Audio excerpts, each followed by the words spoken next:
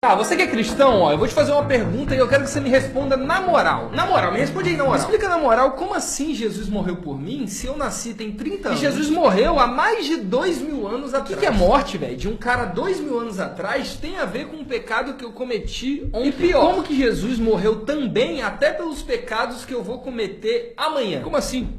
Alguém pode me explicar? Tá, então nesse vídeo eu vou te explicar isso e presta atenção que é bem interessante. A explicação dessa pergunta tá num livro que eu gosto muito, que se chama Livro de Apocalipse. Olha só, o livro de Apocalipse é um livro muito doido por vários motivos. Um dos principais motivos é que o livro de Apocalipse, ele conta pra gente algumas verdades eternas. Apocalipse, ele fala muito sobre eternidade. E é muito difícil pra muita gente entender esse conceito de eternidade. Porque, infelizmente, muitos de nós ainda estamos viciados em ver e entender o nosso mundo com a lógica temporal. Por causa disso, esse vídeo vai ser muito louco. Eu e você não somos seres humanos que têm algumas experiências espirituais. Nós somos seres espirituais que estamos tendo experiências humanas. Quando a Bíblia, por exemplo, fala sobre a criação do ser humano, ela diz em Gênesis capítulo 1 que quando Deus vai criar o ser humano, ele sopra dentro dele o que a gente chama de fôlego de vida. Então, aonde você verdadeiramente nasceu não foi dentro da barriga da tua mãe. Segundo a Bíblia, o nosso nascimento foi dado dentro do coração de Deus. Muito bonito isso, né? Foi dentro do coração de Deus que a gente surgiu. Mas qual que é o nosso principal problema? O nosso problema é que muitos de nós estamos tão cegos com essa experiência, cara, que acabamos pensando que tudo nessa vida se resume a esse mundo. Só que quando a gente lê, por exemplo, a Bíblia, a gente se surpreende quando Deus fala exatamente o contrário. A Bíblia nos manda, por exemplo, morrer para o mundo e viver para Deus, para a eternidade. Deus nos manda fazer isso porque ele sabe que esses 100 anos, 120 anos que a gente vai viver nessa vida terrena não chega nem aos pés da eternidade que passaremos ao lado dele. É por isso que o apóstolo Paulo, por exemplo, fala que viver é Cristo e morrer é lucro. É por isso que Jesus nos manda negar a si mesmo e viver para ele. Então veja, o nosso principal propósito de vida e o que nos rege nesse mundo tem que ser um propósito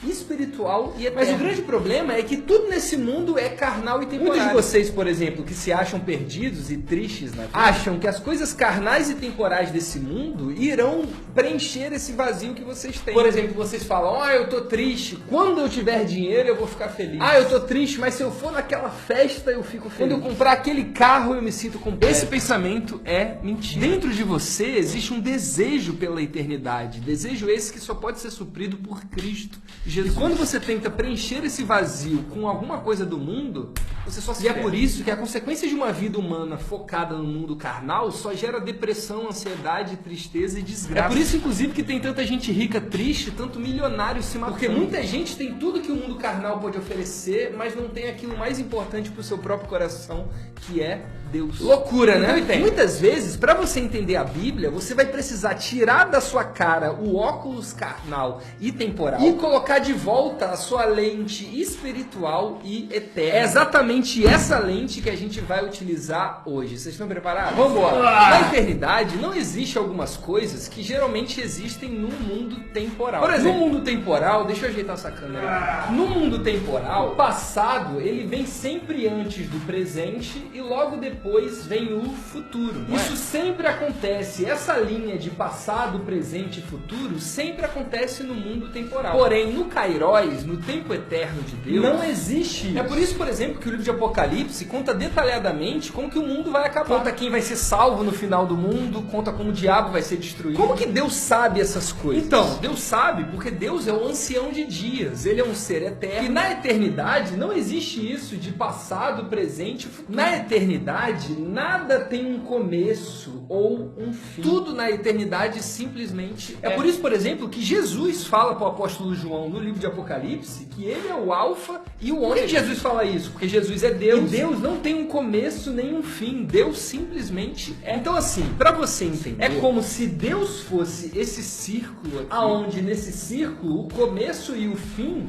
não existem. Pensa num círculo. Aonde que é o começo e o fim desse círculo? Não tem. Pode ser aqui, aqui, aqui, não tem começo. Um círculo não tem começo nem fim. Já você e eu, que vivemos nesse mundo temporal, nós somos como essa reta aqui. Eu não sei onde é o começo ou o fim dessa reta, mas eu sei que o começo ou o fim é um desses dois pontos. Entenderam até agora? Por que eu tô falando disso? Porque em Apocalipse 13:8, a Bíblia conta pra gente uma verdade sobre o sacrifício de Cristo muito louca. Olha o que está escrito aqui. Todos os que habitam na terra a adorarão, cujos nomes não estão escritos no livro da vida do Cordeiro, morto desde a fundação do mundo. Como assim? Desde a fundação do mundo. Olha essa outra passagem aqui em 1 Pedro 18:20. Ó, versículo 18. Porquanto vós sabeis que não fostes redimidos com coisas corruptíveis, como prata e ouro, de vossa vã maneira de viver, a qual recebestes dos vossos pais, mas com o precioso sangue de Cristo, como de um cordeiro sem defeito e sem mancha,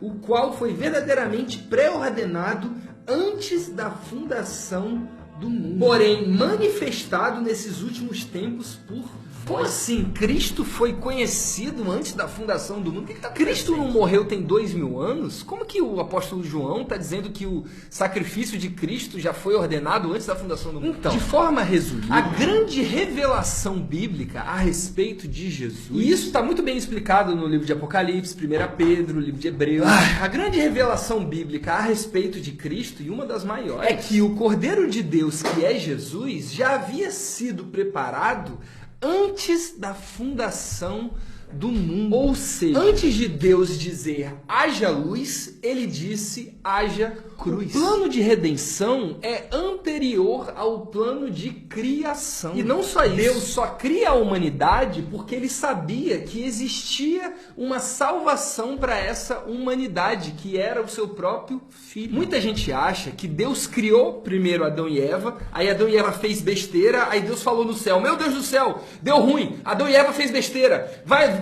Jesus, aí meio que empurrou Jesus assim, vai, morre lá por ele. Não foi isso que aconteceu, Jesus nunca foi o plano B de Deus. Deus só cria a humanidade por causa de Cristo. É por isso, inclusive, que toda a história bíblica aponta para o sacrifício de Jesus. Você quer um exemplo? Quando Adão e Eva pecam contra Deus, comem lá o fruto proibido, no livro de Gênesis, capítulo 3. Olha que doideira. A palavra diz que quando Adão e Eva pecaram contra Deus, eles se esconderam de Deus, aí Deus vê eles, conversa com eles, e depois da conversa que Deus fez com Adão e Eva, Deus faz um negócio interessante. Olha Gênesis capítulo 3, versículo 21. Para Adão e também para sua mulher, o Senhor Deus fez vestes de pele e os vestiu. Ou seja, quando Adão e Eva pecou contra Deus e percebeu que eles estavam nus, Deus matou um animal no Éden e cobriu Adão e Eva, cobriu o pecado de Adão e Eva com um animal que foi morto, com a pele de um animal morto. Agora, olha que interessante. A Bíblia fala no relato de Gênesis que os animais eles foram criados primeiros do que os seres humanos. Ou seja, o sangue do animal que Deus matou para cobrir Adão e Eva do pecado deles já existia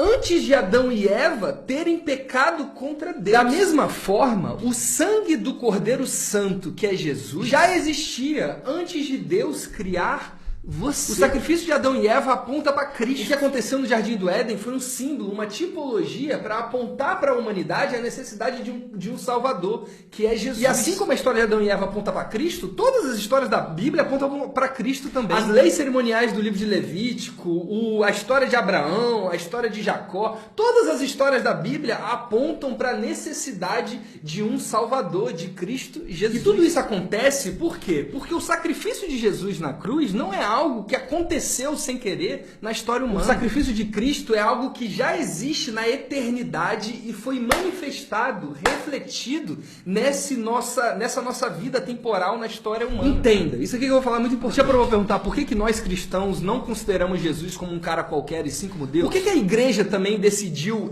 dividir o tempo entre antes de Cristo e depois de Cristo? Por que um cara que foi crucificado há 2000 anos atrás dividiu a história da humanidade em dois? É simples. A crucificação de Cristo não foi algo que simplesmente aconteceu sem querer na linha temporal humana. Não. A crucificação de Cristo foi a intersecção entre a linha temporal e a linha eterna. É como se o sacrifício de Cristo na cruz fosse o cruzamento da eternidade com a temporalidade. É uma verdade eterna que se manifesta no mundo temporal. Porém, como o sacrifício de Cristo é uma verdade eterna, é como se Jesus tivesse sido crucificado todos os dias da humanidade. Por isso que Cristo pode perdoar os pecados que você cometeu ontem, amanhã e todos os pecados da sua vida. E quando a gente entende verdadeiramente o que significa isso, a gente entende a grandeza e a beleza do amor de Deus. Por quê? Porque isso revela que enquanto a gente viver nessa terra, sempre vai haver oportunidade de misericórdia, paz, amor e perdão de Deus. Entenda hoje que é impossível que algum pecado seu seja maior do que a graça, o perdão, a misericórdia e o amor que Deus tem por você. Porque Deus te amou e morreu por você na eternidade. Deus não escolheu você no tempo. Não foi uma escolha temporal, foi uma escolha eterna. É por isso que todas as besteiras que você fez no passado, no presente ou no futuro podem ser limpas através do sangue eterno do Cordeiro Santo que é Cristo. E é por isso também que o amor que Deus tem por nós é tão irracional, é tão difícil de entender, né? É difícil. Por que Deus nos ama? O que Ele ganha nos amando? Nada. E é por isso também que a gente não pode comprar o amor de Deus. Porque não existe nada nesse mundo que custe a eternidade. É por isso que a gente não pode pagar o amor de Deus, é por isso que a gente recebe de graça, porque não existe nada, nem se a gente quisesse pagar, a gente não conseguiria. E é por isso que Deus sim continua te amando, apesar das besteiras que eu sei que você faz. E a minha pergunta para você hoje é bem simples. Até quando você vai ficar negando receber esse amor infinito que Deus quer te dar por meio de Cristo, de graça? Até quando você vai ficar fingindo que Jesus não existe e fugindo dele? Será que vale a pena perder tudo isso pelas desgraças temporais que o mundo tem a te oferecer? Responde aí nos comentários. Que Deus abençoe sua vida.